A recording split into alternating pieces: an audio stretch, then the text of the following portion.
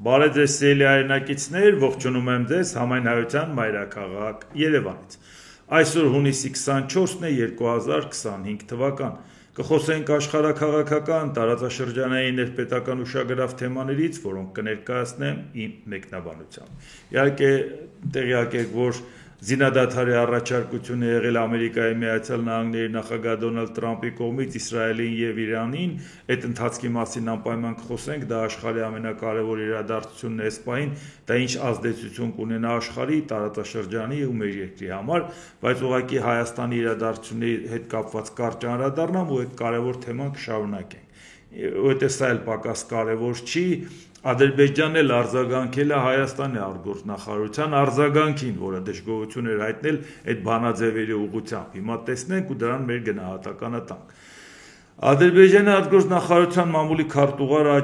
Այհան Հաջիզադեի հայտարարության մեջ ասված է. Բաքուն խստորեն դատապարտում է Հայաստանի արտգործնախարարության հայտարարությունը Ստամբուլի հռչակագրի եւ Իսլամական համագործակցության կազմակերպության արտգործնախարարների խորհրդի 51-րդ նստաշրջանում ընդունված բանաձևերի վերաբերյալ այդ փաստաթղթերի բովանդակությունը խեղաթյուրելու եւ պատմական փաստերը կեղծելու Հայաստանի փորձը խաղաղության գործընթացը խաթարելու եւ միջազգային հանրությանը մոլորեցնելու նրա ջանքերի եւս մեկ օրինակ է։ Այսինքն խաղաղության գործընթացը Հայաստանը խաթարում է։ Կապ չունի Հայաստանն է խաթարում թե Ադրբեջանը։ Այնուամենայնիվ խաղաղության գործընթացը երկու կողմը, որ մեզ տանում է խաղաղության, որին մենք չենք հավատում, Ադրբեջանն ասում է, որ դա խաթարում է Հայաստանը։ Հայաստանն էլ երեք ասում էր, որ խաթարում է Ադրբեջանը։ Թե ով է մեզ խաղաղության տանում, այդ մի քիչ դժվար է պատկերացնել։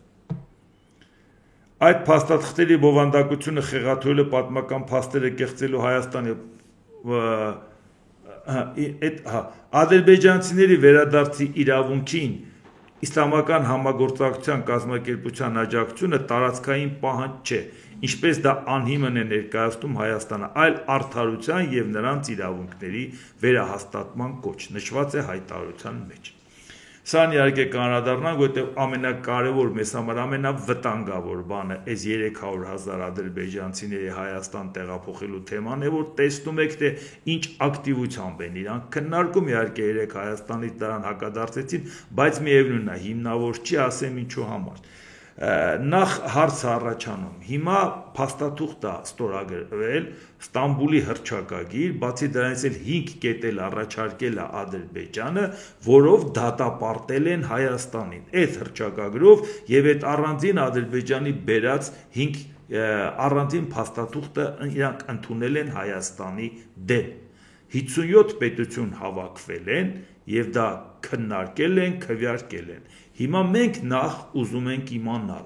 այդ 57 երկրի մեջ կա Իրանը, որը ընդհանրապես վերջերս, երբ որ Իրանի վրա հարձակվել էին, Հայաստանը դատապարտեց Իրանի թշնամուն եւ սատարեց Իրանին։ Իդեպ դրա մասին ես խոսել եմ ու ասել, որ մեր իշխանությունները սխալ են արել, մենք պիտի կոնֆլիկտի կողմ չդառնանք, դա մեր կռիվը չի եւ պետք է հասկանանք, թե Իրանի թիկունքին ովքեր են կանգնած,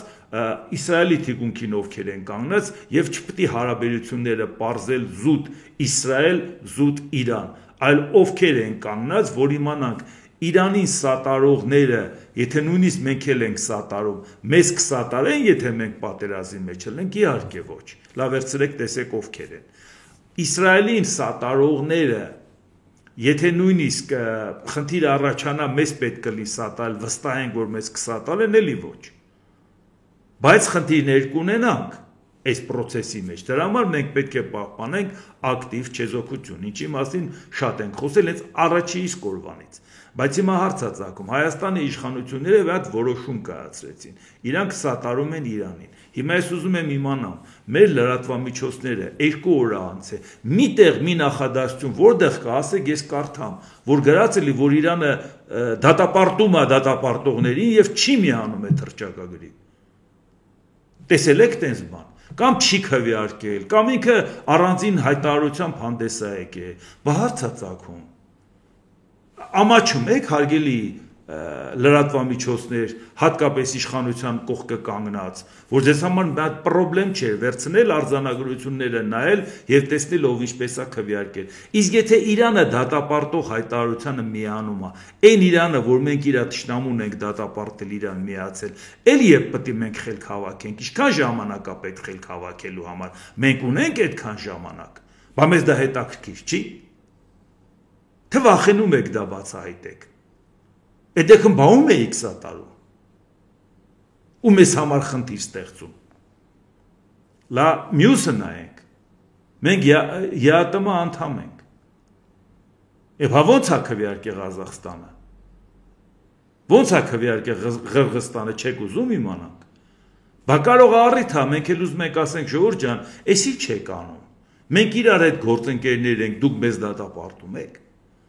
Որպեսզի վաղը եթե մենք մի հատ քայլ ուզենանք անենք դեպի Եվրամիություն, մեզ ասեն դուք ինչ եք կորցրել այնտեղ։ Մենք ասենք բան չենք կորցրել, ուզում ենք գտնենք։ Կորցրել ենք ձեզ հետ ժամանակ,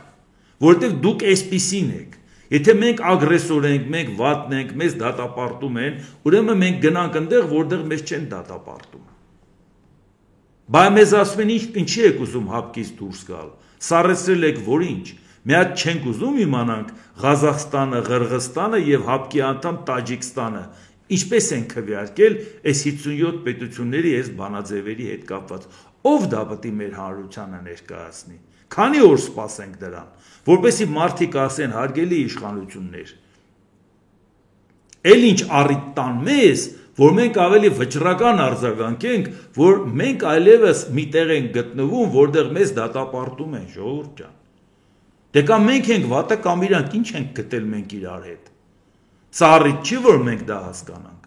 Ու սա առիթ չի, որ նա մի հատ նորից վերադառնանք Իրանի հետ կապված։ Եթե Իրանը իսկապես մեր շահերը պաշտպանել է այնտեղ, շատ շնորհակալ եմ։ Ես հրապարակային ներողություն կխնդրեմ, կասեմ, այ տեսակ ի վերջո բացահայտվեց, բայց մինչև այսօր մենք դա չգիտենք։ Ադրբեջանին ասում եք, բան չէ, այստենց ներկայացրել նման փաստաթուղթ։ Հասկացանք, բա Իրանի համար ով պետք է ասի։ Իսկ մենք ի վերջո ինչ ենք ասում։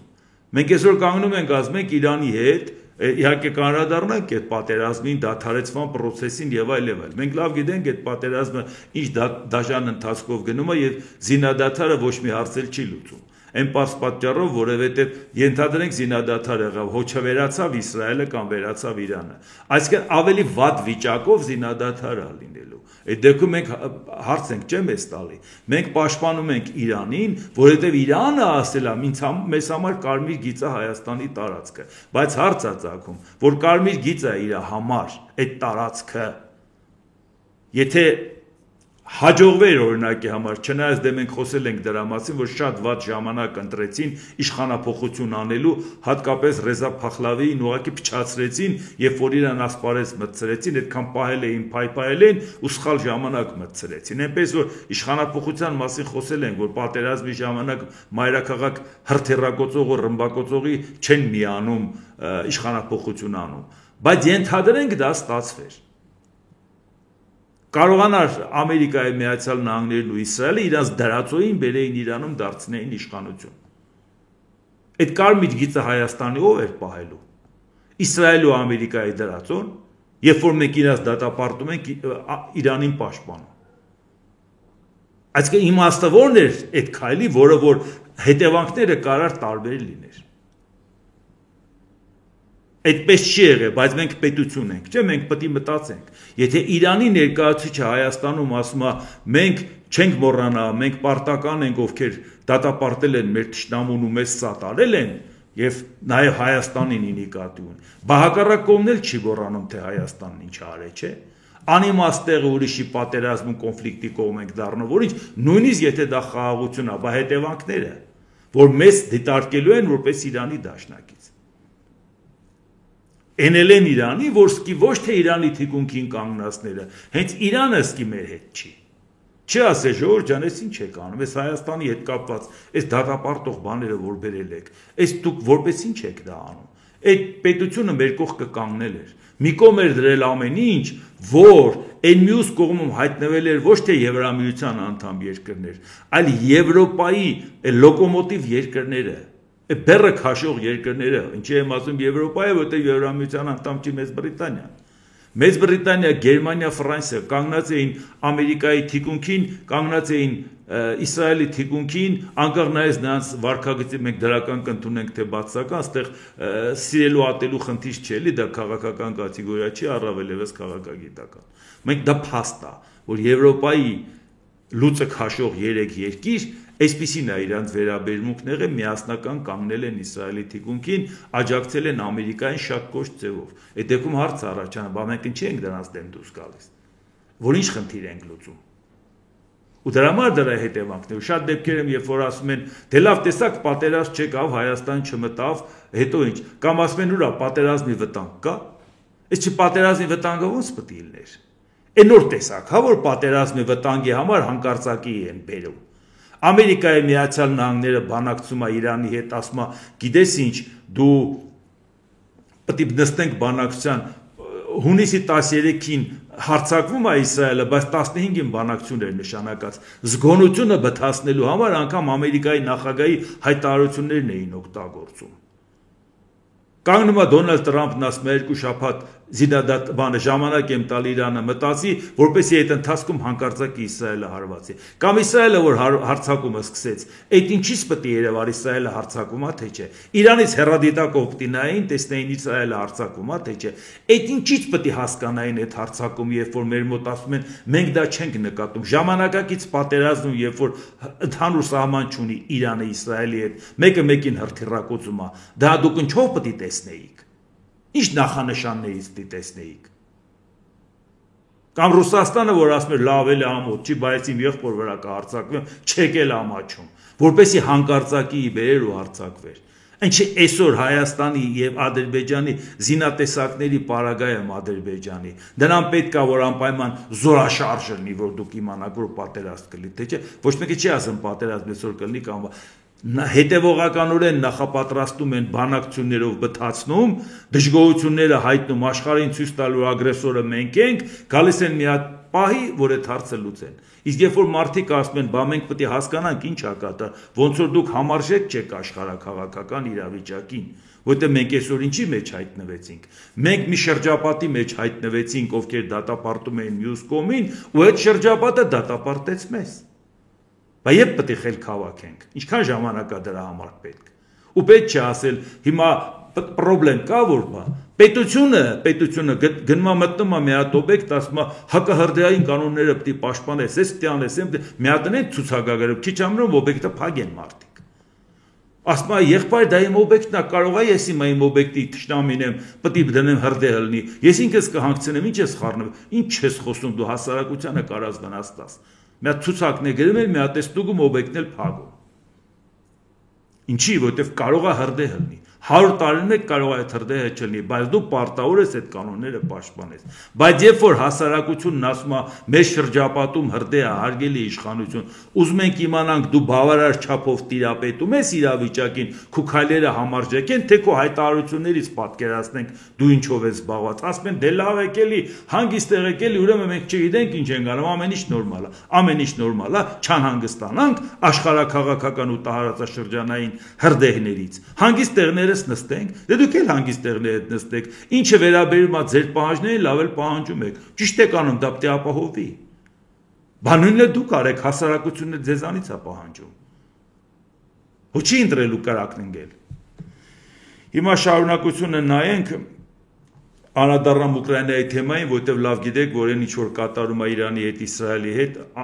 ուղղակիորեն առնչվելու է նաև ուկրաինական պատերազմի եւ նոր աշխարհակարգին, ինչի համար, որովհետեւ հիմա երկրները պետք է դիրքավորվեն, տեսանով Իրանի կողքը կանգնեց, ով դատապարտեց Իսրայելին, ինչ տեղի ունեցավ, Ամերիկայի Միացյալ Նահանգները շատ լավ տեսավ, թե ինչպես է իրանց պահեց Ռուսաստանը, ոնց իրան դատապարտեց եւ այլ, հիմա ինքը պետք է եզրակացությունը չի կարող Ռուսաստանին ասել նույն բանը դու ես արել, ինձ չես քննադատում, կասե բա դու ինձ արդարացրել ես, ասել ես որ ես ճիշտ եմ վարվել, բայց հիմա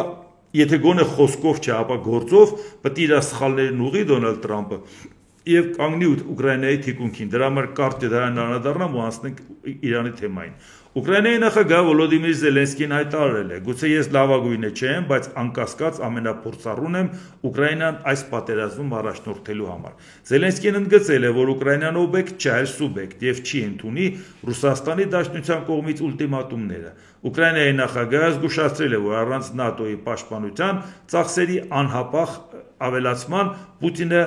կստանա իրեն անհրաժեշտ դադարը։ Իսկ հիմա արդեն Հագայում բացվել է ՆԱՏՕ-ի գագաթնաժողովը, հյուրերի թվում է Ուկրաինայի նախագահ Վոլոդիմիր Զելենսկին։ Իդեպ Դոնալդ Տրամպը արդեն ինֆորմացիա կար Սպիտակ տնից, որ մտադիր է նաև հանդիպել Զելենսկուի հետ։ Այնտեղ իհարկե Էրդողանի հետ էլ հանդիպում էր նախատեսում, բայց մեզ ավելի շատ հետաքրքրում է Զելենսկուի հետ հանդիպումը, այս նոր իրավիճակը ինքը գնահատի, թե Ռուսաստանից ինչեր է լսել այս ընթացքում եւ ըստ դրա ինչա պատրաստում անել։ Իսկ ՆԱՏՕ-ի գլխավոր քարտուղար Մարկ Ռյուտեն գագաթնաժողովի բացումից առաջ կրկնել է, որ Եվրոպան պետք է աջակցի Ուկրաինային եւ հիշի Ռուսաստանից եկող սպառնալիքի մասին։ ՆԱՏՕ-ին անդամակցելու Ուկրաինայի ուղին դեռևս անշրջելի է։ Չնայած Տրամպի վարչակազմի հրապարակային հայտարարություններին, որ պատերազմից տուժած երկիրը չի միանա ռազմական դաշինքին։ Ռյուտեն մամուլի ասուլիսում նաև նշել է, որ ՆԱՏՕ-ն դեռևս վճռական է օգնել Ուկրաինային, նույնիսկ այն դեպքում, երբ Կիևին Միացյալ Նահանգների զենքի ամենամեծ դոնորի աջակցությունը նվազել է։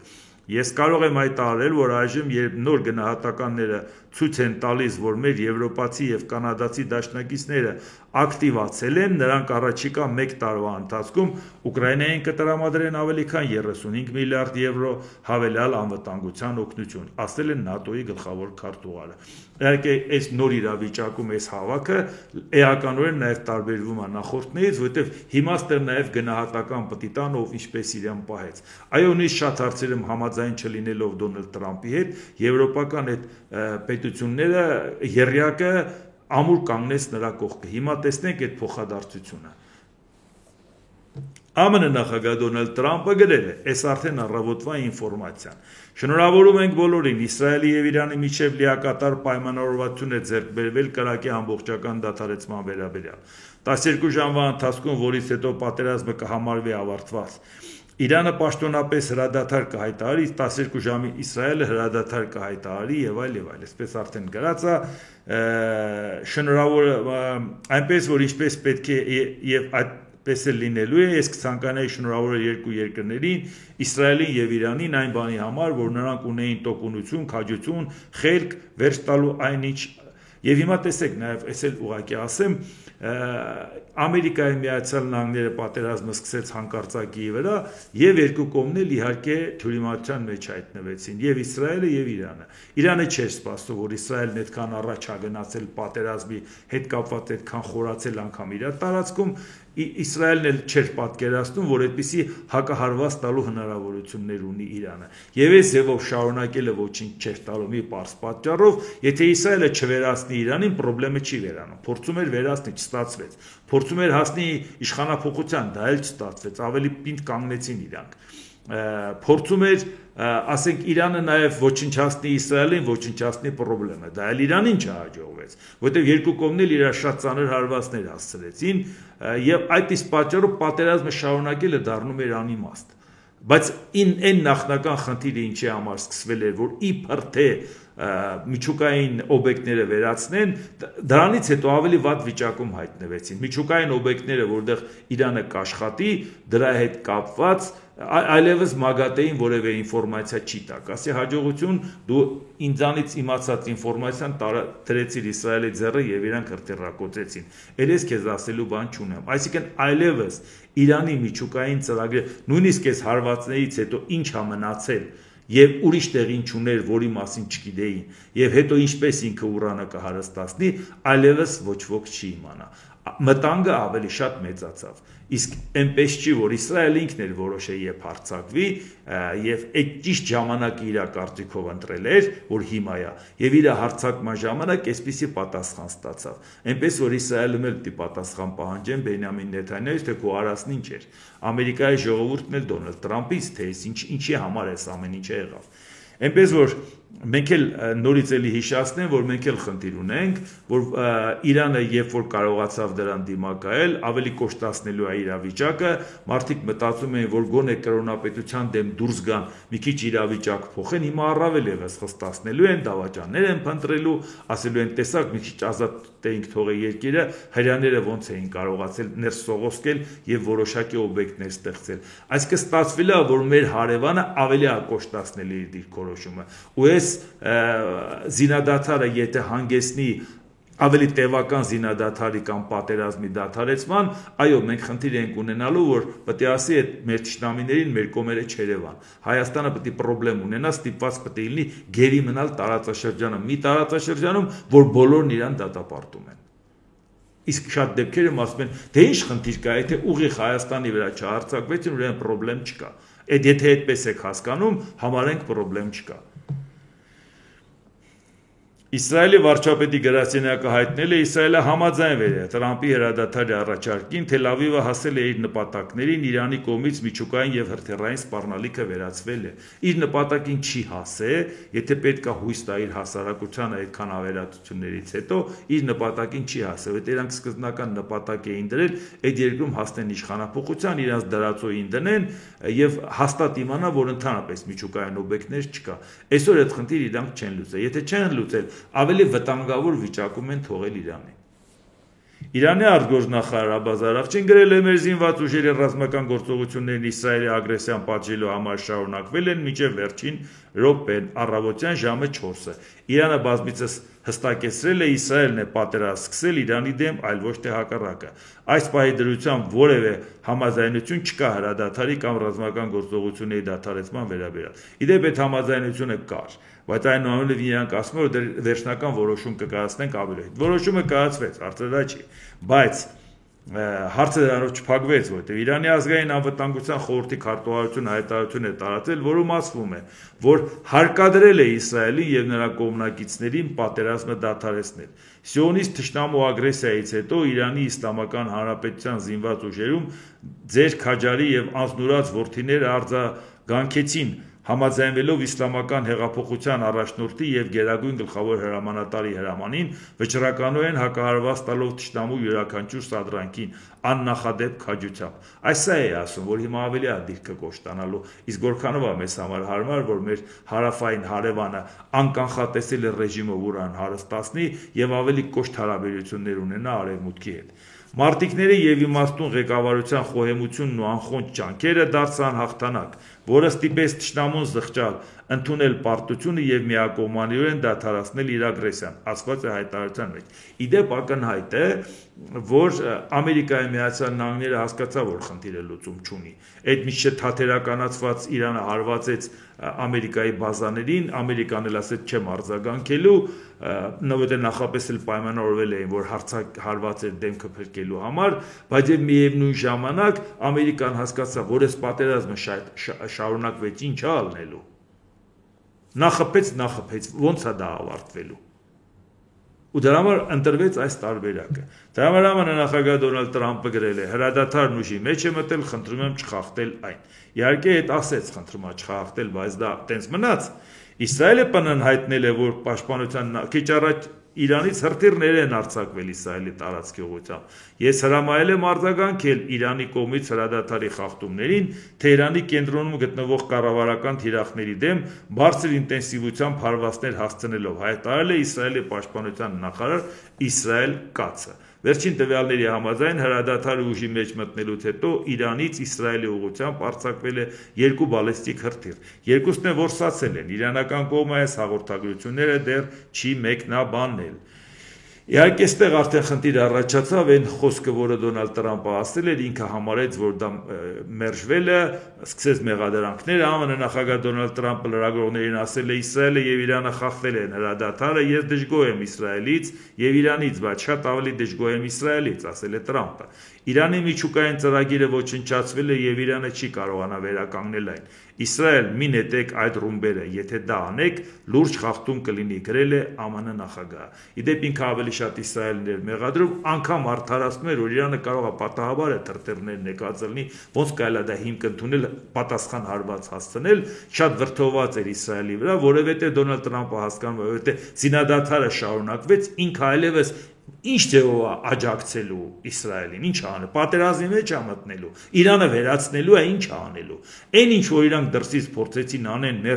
ներքին անկայություն առաջացնելու, դա իրանց չհաջողվեց, ուրեմն դա շարունակելը այլևս Իսրայելի օգտին չի,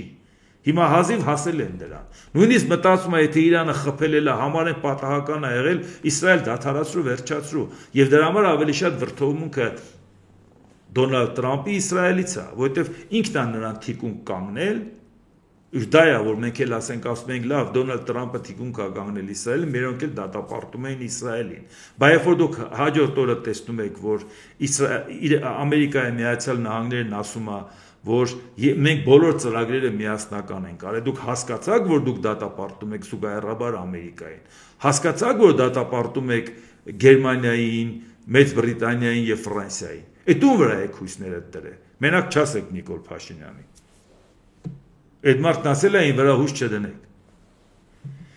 Իրանի խորհրդարանի խոսնակը հայտնել է, որ երկրի օրենսդիր մարմինը քննարկում է ատոմային էներգիայի միջազգային գործակալության հետ Թեհրանի համագործակցությունը կասեցնելու օրինագիծը ի պատասխան ՄԱԿ-ի միջուկային գործակալության ոչ պրոֆեսիոնալ պահվածքի։ Այս է հարցի մյուս կողմը, որ այլևս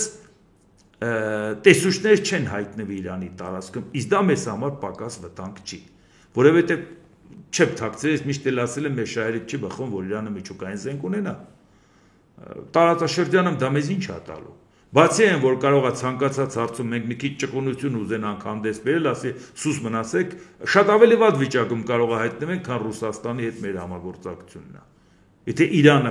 հարևան երկիր կանգնի ասի, այս բանը դուրս չի գալի, այս բանը այսպես է, կամ չբերեք ուրիշներին մտցնեք իմ թշնամիներին ձեր տարածք, իմ հյուսիսային հարևանի տարածք, այդ դեպքում ես եմ մտնում, որ իրանք չմտնեն։ Իսկ Իրանը, որ մտնում է որևէ տեղ, մենք տեսել ենք արդյունքները։ Բոլորը ստիպված ենք մի հատ էլ անցնել, լավ, Համասը, Հեզբոլլահն,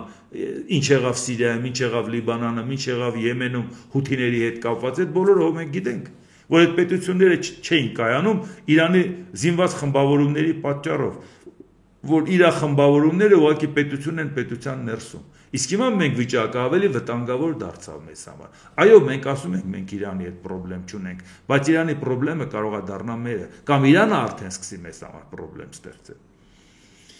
ԱՄՆ նախագահ Դոնալդ Տրամպը հայտարարել է, որ չի ցանկանում իշխանափոխություն լինի Իրանում։ Ոչ, ես դա չեմ ուզում։ Ես կցանկանայի տեսնել, որ իրավիճակը հնարավորինս արագ հանդարտվի։ Ռեժիմի փոփոխությունը քաոս է բերում, եւ իդեալական դեպքում մենք չենք ուզում այդքան քաոս տեսնել, ասել է ԱՄՆ նախագահ։ Այդպես էլ չի, որ ինքը չէր ցանկանա իշխանափոխություն, պարզապես սխալ հաշվարկի արդյունքում, որ կարծեցին, որ բավականա հարված են ներսից կպայթի, իսկ մենք դրա մասին խոսել ենք, որ դա այդպես չի կատարվում, այդ հսկայական պետությունը 1.650.000 քառակուսի կիլոմետրանոց, մոտ 90 միլիոն բնակչով, շատ դժվար է ամբողջ պետությունում հեղափոխական իրավիճակ ստեղծել, որտեղ որտեղ այդ հեղափոխական իրավիճակը փորձել ստեղծել, ուղղակի կդնեն գնդակահարեն։ Իսկ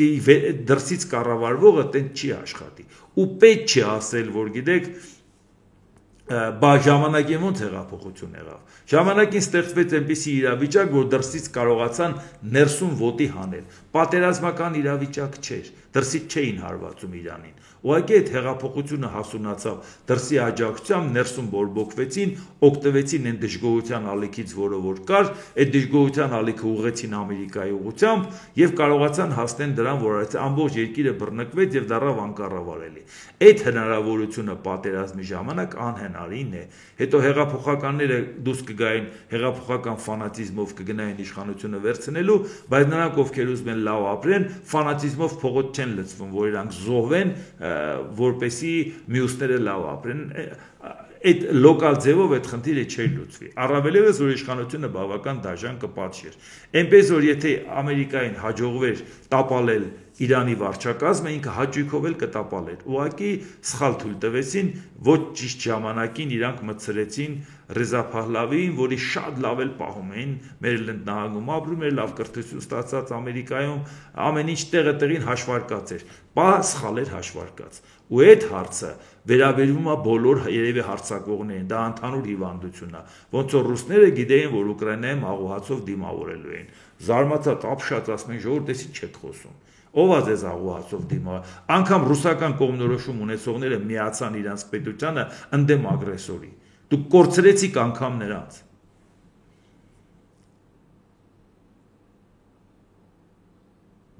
Ի պատասխան Իրանի խաղաղ միջուկային օբյեկտների վրա ԱՄՆ-ի հարձակման Իսլամական հեղափոխության պահապանների կորպուսը հայտարարել է Կատար Ալ-Ուդեյդ ավիաբազային Արևմտյան Ասիայում Ամերիկայի խոշորագույն ռազմական հզոր հրթիռային հարված հասցնելու մասին։ Սա արդեն նախապես է, նախորդ օրը տեղի ունեցածն էր, ուղղակի ասի մենք նայենք տեսնենք ինչից եկանք հասանք դրան։ Այս պատասխան հարձակումը, որն իրականացվել է Բաշար Ալ-Ֆաթ գործողության շրջանակում, հավանության է արժանացել Իրանի ազգային անվտանգության բարձրագույն խորհրդի կողմից։ Ցանկացած կրկնվող հարձակում կարագացնի ԱՄՆ-ի դերկայության փլուզումը Արևմտյան Ասիայում, ապա հարձակումները կարող են հանգեցնել ինչպես տարածաշրջանում ԱՄՆ ռազմական ենթակառուցվածքների, այնպես էլ սիոնիստական ռեժիմի փլուզմանը, նշված է կառույցի տարածած հայտարարության մեջ։ Հիմա ես ինչի համար ասել, տեսեք, Ամերիկան ի սկզբանե ասել էր Իրանին, եթե կհամարձակվես խփես իմ բազաներին, ես կմտնեմ պատերազմի մեջ։ Այնուամենայնիվ Իրանը սկզբից չխփեց, որտեղ հիշում եք, ինքը խոստացել էր Ամերիկան աջակցում է Իսրայելին, հենց Իսրայելը ինձ հարվածի ամերիկյան բազաներին խփելու է։ Նրանք ավելի խոցելի են, քան անգամ Իսրայելը, հաշվի առնելով տարածքի հեռավորությունը, իսկ բազաներն ավելի մոտիկ են ու բազաները տեն չես կարող պաշտպանես, ինչպես կարող ես պաշտպանել պետությունը, որը երկաթյա գմբեթը սարքած էր։ Բայց այդ պարագայում նույնիսկ դրանից հետո, երբ որ Ամերիկան հարվածեց, պատասխան հարված իհարկե ակնկալում էր, բայց նաև սպասում էին տեսնեին Իրանը ինչ կանի, կհամարձակվի պատասխան հարված, որտեղ Ամերիկան ասել էր, հենց խփես ավելի ուժեղ հարված եմ խփելու, բայց ի վերջո ինքը մտնելու էր պատերազմի մեջ, իսկ ինչ պատասխան էր տալու իր երկրում, իր կոնգրեսին եւ ընդհանրապես իր հասարակությանը։ Այսօր առավոտից իրիկու խաղաղություն էր քարոզում, ես ինչի մտած պատերազմի մեջ։ Այդ իսկ պատճառով ասես լավ խփի դադարեցնենք։ Այսինքն այս հայտարարություններն էլ խոսում էր նրա մասին, որ իրանք չէին կոտրել Իրանին։ Իսկ մենք պարտավոր ենք երկու կողմերի տեսակետներն էլ իմանալ։ Սա էս հարցում է ճիշտ, նա այն հարցում, սա էս հարցում է սխալ, նա այն հարցում։ Ի վերջո դա իրանք թող որոշեն, բայց իմանան հակառակորդը ինչ է մտածում, իսկ հակառակորդը ինչ փաստարկներ ու հակափաստարկներ ունի։ Դրա համար Իրանը առնվազն 6 բալեստիկ հրթիռ է արձակել եւ այլ ուզում եմ ասեմ, այս ամեն ինչի մասին մենք խոսել ենք։ Բայց ես հիմա ուզում եմ մի հատ հիշեցնել, թե ինչ նոր որոշում պետք է կայացնի այնուամենայնիվ Ամերիկայի Միացյալ Նահանգները։ ԱՄՆ նախագահ Դոնալդ Տրամպը խիստ քննադատել է Ռուսաստանի նախկին նախագահ Դմիտրի Մեդվեդևի հայտարարությունն այն մասին, որ որոշ երկրներ պատրաստ են Իրանին միջուկային զենք հանձնել։ Ես ճիշտ եմ լսել, որ Ռուսաստանի նախկին նախագահ Մեդվեդևը անփութորեն է արտասանել այն բառը եւ ասել է, որ ինքը եւ այլ երկրներ միջուկային մարտագլխիկներ են մատակարարելու Իրանին։ Նա իրականում ասել է դա, թե սա պարզապես իմ երևակայության արդյունքն է, գրել է Տրամպը։ Եթե նա իրոք այդպես է ասել եւ եթե դա հաստատվի, խնդրում եմ անհապաղ ինձ տեղյակ պահել։ Այն բառին պետք չէ անլուրջ վերաբերվել։ Դե իհարկե այն որ կա անգլերեն Տրամպի նկատի ունի nuclear, այսինքն միջուկային, Մեդվեդևը որ ասել էր կարող է երկրներն են, որ միջուկային մարտագլխիկներ տան Իրանին, դրանից դե պարզա Դոնալդ Տրամպը ինչպես է արձագանքել եւ նաեւ թվարկել էր իր սպառնալիքները կոնկրետ Ռուսաստանին չասելով, բայց իր սպառնալիքները գիտեք ինչեր ունենք, Իրանին ինչ որ հարվածել ենք, շատ ավելի հզոր բաներ ունենք, այսինքն ոնց որ պետք է լի կարանք Ռուսաստաններ իր տեղը ցույց տանք, բայց հարցը դա չի որ բարերով ցույց տալ, հարցը նա է որ արդեն սա լսել ես, սա լսելուց հետո այն տառը որ հիմա տենց ջղայնացել է Դոնալդ Տրամպին, այնով սկսվում է նաև ՆԱՏՕ-ն, հիմա գնա այդ ՆԱՏՕ-ի գագաթնաժողովին Հագայում, հիմա գնա եւ պայմանավորվի որ հասկանաս են Ռուսաստանին որ պաշտպանում էիր, քեզ ահաբեկում են միջուկային մարտագլխիկներ Իրանին տալով, հետո ինչ կպատասխանեն, դա արդեն էական չի։ Եվ մեկ էլ ժողովուրդ ջան, մի բան եմ ուզում ասեմ, հիմա միացած կատաղած պետական պայքար է գնում, իրար ինչ ասեք ասում են, շատ ինքնամոռաց ձևով այն մեկը այն կողմինա պաշտպանում են մեկը, ես դրա համար ուզում եմ մի հատ հայկական ժամանակ օրաթերթում 2006 թվականի հունիսի 24 մի հատ բան կարդամ, տեսեք, որը որ այդ ժամանակ Նիկոլ Փաշինյանը թերթի գլխավոր խմբագիրն էր, այսօր հենց 24-ն է հունիսի, վերնագիրը այսպես էր, չիմացությունը չի փրկում ոչինչից, մի մասը կարդամ, ամբողջը չկարդամ, ուրեմն հենց վերաբերում էր այս կարգի իրավիճակին, էլի, փողոցում նստած մի ապուրինի երեխա քար էր նետում անցորդների վրա, նրան է մոտենում Դիոգենեսը, մատնացույց անում անցորդ տղամարդկանցից մեկին ու ասում, տղամարդկանց վրա քար մի նետիր, նա կարող է լինել քո հայրը։ Հաշվի առնելով, որ շուտով թեժանալու է քաղաքական պայքարը, իշխանական վարձկաններին խորհուրդս նմանատիպ է։ Ինքնամոռաց մի հարձակվեք ընդդիմության վրա, որոշ ժամանակ անց նա կարող է դառնալ ձեր տերը։ Եվ քանի որ մարդը բնության անբաժանելի մասն է, փորձենք մի փոքրիկ վերլուծություն կատարել հավանական դեպքերի շուրջ, զուգահեռների անցկացումը թողնելով ընթերցողին։ Ինչի եմ ասում ընթերցողին, որտեղ թերթում էր տպագրված։ Իրավիճակ առաջին, շունը հավատարմորեն ծառայում է տիրոջը, եւ երբ փոխվում է տերը, նորը բնականաբար բարձր է գնահատում այդ հավատարմությունը, անգամ հարգանքով վերաբերվում շան կողմից որոշ ժամանակ նախկին տիրոջը կարոտելու մարդկային մոտեցումը, այո, շան մարդկային մոտեցումը, իսկ մենք մեր մոտ մարդու մոտ մարդկային մոտեցում չի մնացել։ Իրավիճակ երկրորդ, շունն իր համար ստեղծված պայմաններից այնքան է լկտի անում ու շրջապատի նկատմամբ իր շնությունն անում, որ տիրոջ փոխվելու դեպքում առաջին բանը, որ անում է նոր տերը, այդ լկտիին շանսատակ անելն է։ Ժորժ ջան, ինքնամոռաց հիշեք, այ որ ձեզ քութիկի պես վազվզում եք,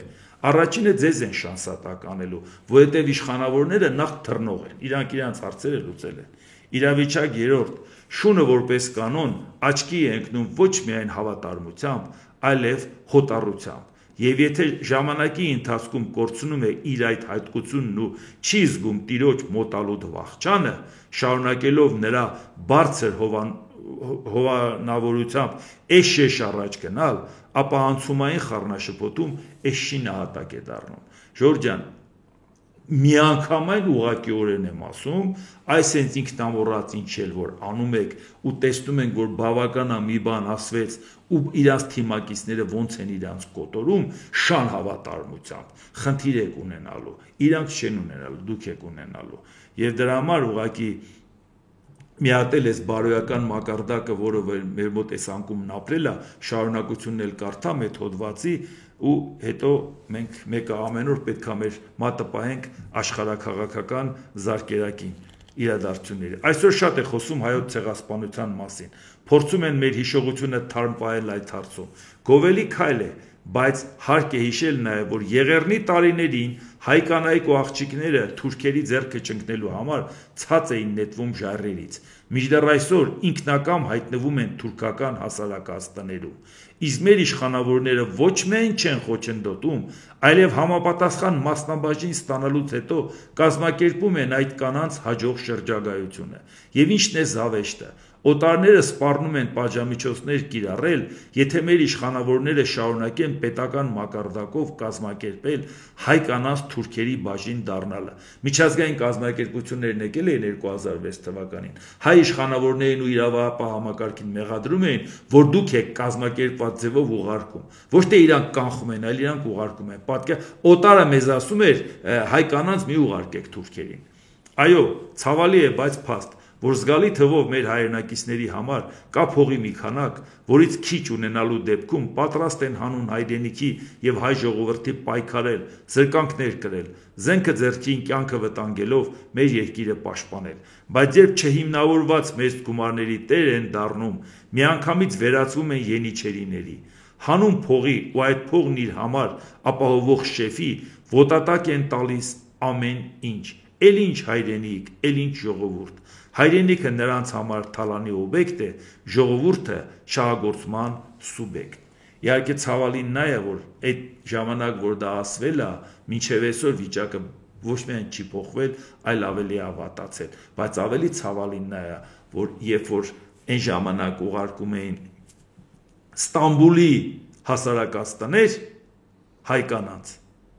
եւ հետո նրանք արդեն որոնտեղ երեխա էին ունենում, հետ էին ուղարկում, որովհետեւ այլևս իրանք այդ գործի համար պիտանի չէին։ Այդ երեխաները արդեն մեծացել են եւ մտել են Հայաստանում քաղաքական ասպարեզ։ Ժողովուրդ ջան, զգուշ եղեք, արյան կանչով ամեն ինչ կարող են անել։ Արունը հո ջուր չի դառնում։ Դուք հիմա գնում եք Թուրքիայում ման եք գալի հայեր, որոնք թեկուզ գրած է ազգությամբ թուրք, որովհետև Թուրքիան այդպես է ասում։